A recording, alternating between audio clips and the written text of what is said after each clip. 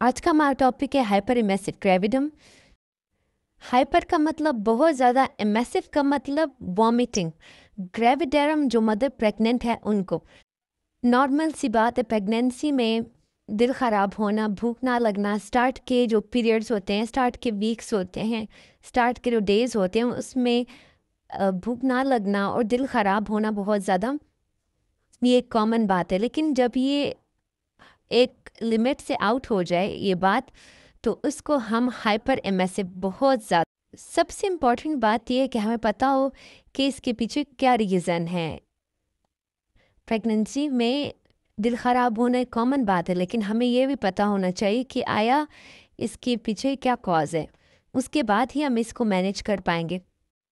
1000 में से 1% ही ऐसे केसेस देखने को मिलते, क्योंकि एजुकेशन और हॉस्पिटल और बहुत सारी मेडिकेशंस की वजह से ये चीज़ कम हो चुकी है काफ़ी।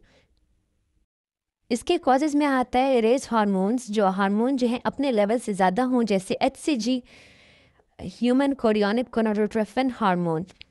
ये हार्मोन भी ज़्यादा अमाउंट पे रिलीज़ हो रहा होता है, और प्रोजेस्टेरॉन भी। लेकिन एक ऐसी फॉर्म है जिसमें ये बहुत ज़्यादा रिलीज़ होता है, हाइड्रेटेड फॉर्म मोल। ठीक है, उसकी एबनॉर्मेलिटी, ये जो एक एबनॉर्मेलिटी आ जाएगी, उस वक्त HCG का जो लेवल है वो रेज होगा, जो वॉमिटिंग एक नॉर्मल रेंज से ज़्यादा कॉज करेगा।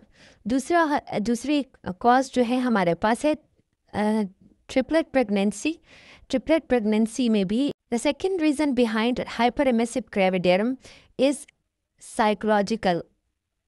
के साइकोलॉजिकली वो बहुत ज़्यादा इस बारे में सोचे कि मेरा दिल ख़राब हो रहा है, मुझे वॉमिटिंग आ रही है, तो उसकी वजह से भी ये एक कॉज बन सकता है।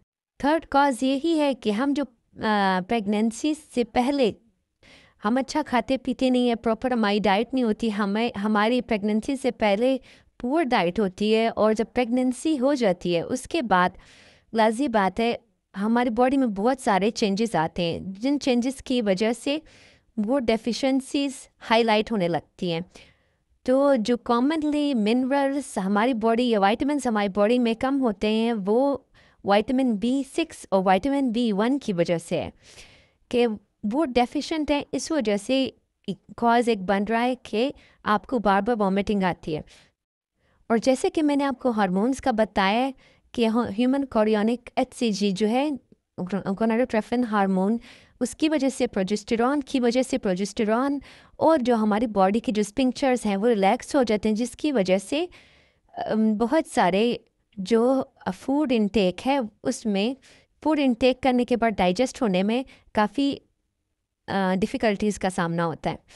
साइकोलॉजिकली अगर ये कोई वजूहत, अगर आपने डॉक्टर से चेकअप करवाया और कोई भी ऐसा इशू नहीं है, मेडिसिन देने के बावजूद भी ये सबसाइड नहीं हो रहा, तो मे बी इट्स साइकोलॉजिकल।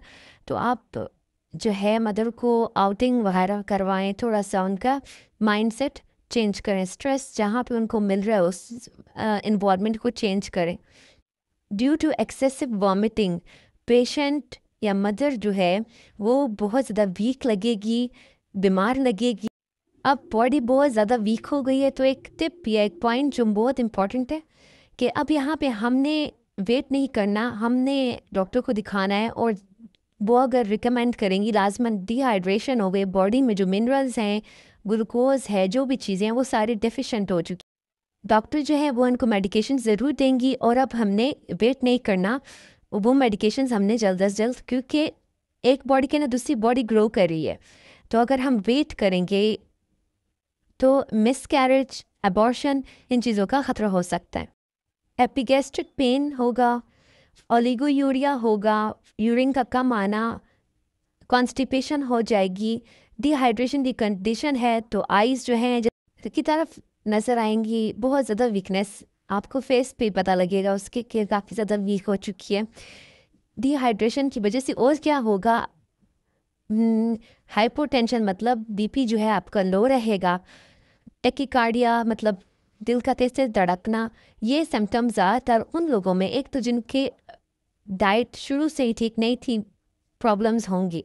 कुछ वेट गेन और वेट लॉस का भी इसमें चीज़ों में काउंट होता है। लेकिन अभी हम जो बात कर रहे हैं हाइपर एमेसिव ग्रेविडम के बारे में बात करें, लेकिन अगर आपकी बॉडी में पहले से डेफिशिएंसी और ऊपर से और डेफिशिएंसी है तो the pregnancy couldn't be continued.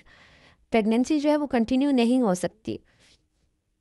Proper food management करेंगे, प्रॉपर मेडिकेशन लेंगे जिसकी वजह से सबसाइड, अगर सबसाइड ना हो तो फिर हमारे पास एक ही कंडीशन बचती कि हम प्रेगनेंसी को टर्मिनेट कर दें।